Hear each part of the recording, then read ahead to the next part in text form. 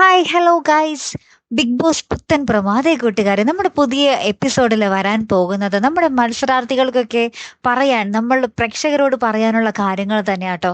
ഇപ്രാവശ്യം നോമിനേഷൻ ഇല്ല എന്ന് നിങ്ങൾക്ക് അറിയാൻ പറ്റും. ഇനി അങ്ങോട്ടേക്ക് നോമിനേഷനിലില്ല, എല്ലാവരും തന്നെ ആ ഒരു ലിസ്റ്റിലുണ്ട്, എല്ലാവരും തന്നെ ഡേഞ്ചേഴ്സ് റൗണ്ടിലുണ്ട്, നമ്മുടെ നൂറൊഴികെ ബാക്കി എല്ലാവരും. അപ്പൊ ഇനി ഇനിത്തെ ക്യാപ്റ്റൻ ആരാണെന്ന് നമുക്ക് മനസ്സിലായല്ലോ, നൂറയാണ് ക്യാപ്റ്റൻ. നിങ്ങൾ എപ്പിസോഡ് കണ്ടവർക്ക് മനസ്സിലായിട്ടുണ്ടാകും. നൂറേനെ ആര്യനും നമ്മുടെ അക്ബറും നെവിനും കൂടി തന്നെയാണ് അവരെ സെലക്ട് ചെയ്തത്, നൂറിനെ സെലക്ട് ചെയ്തത്. അപ്പൊ എന്തായാലും നൂറയാണ് ക്യാപ്റ്റൻ.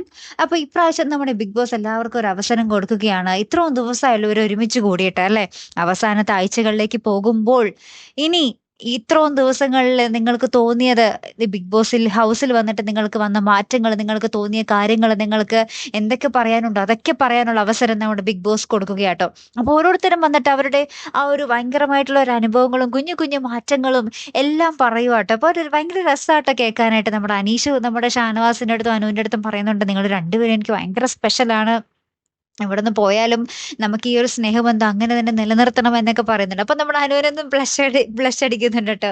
നമ്മുടെ ഷാനവാസ് ഭയങ്കര സന്തോഷത്തിലിരിക്കുന്നുണ്ട്. പിന്നെ അനു വന്നിട്ട് കുറെ കാര്യങ്ങൾ ചിരിച്ചും പറയുന്നുണ്ട്, കണ്ണൊക്കെ നിറഞ്ഞും പറയുന്നുണ്ട്.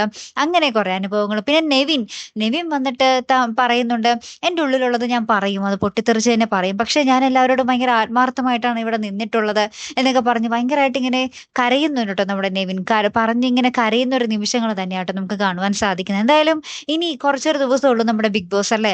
അപ്പൊ പോകെ പോകെ നമ്മുടെ മത്സരാർത്ഥികളൊക്കെ നമ്മുടെ ഹൃദയങ്ങളിലേക്ക് ഇങ്ങനെ ചേക്കേറിക്കൊണ്ടിരിക്കുകയാണ് അല്ലെ, അല്ലേ കൂട്ടുകാരെ. അപ്പൊ എന്തായാലും ഇനി ആ ഒരു ഭയങ്കരമായിട്ടുള്ള ഒരു ടാസ്കുകൾ വരാനിരിക്കുന്നതേ ഉള്ളൂ. പണപ്പെട്ടി വരുന്നുണ്ട്, ഈ ഒരാഴ്ച തന്നെ പണപ്പെട്ടി വരും.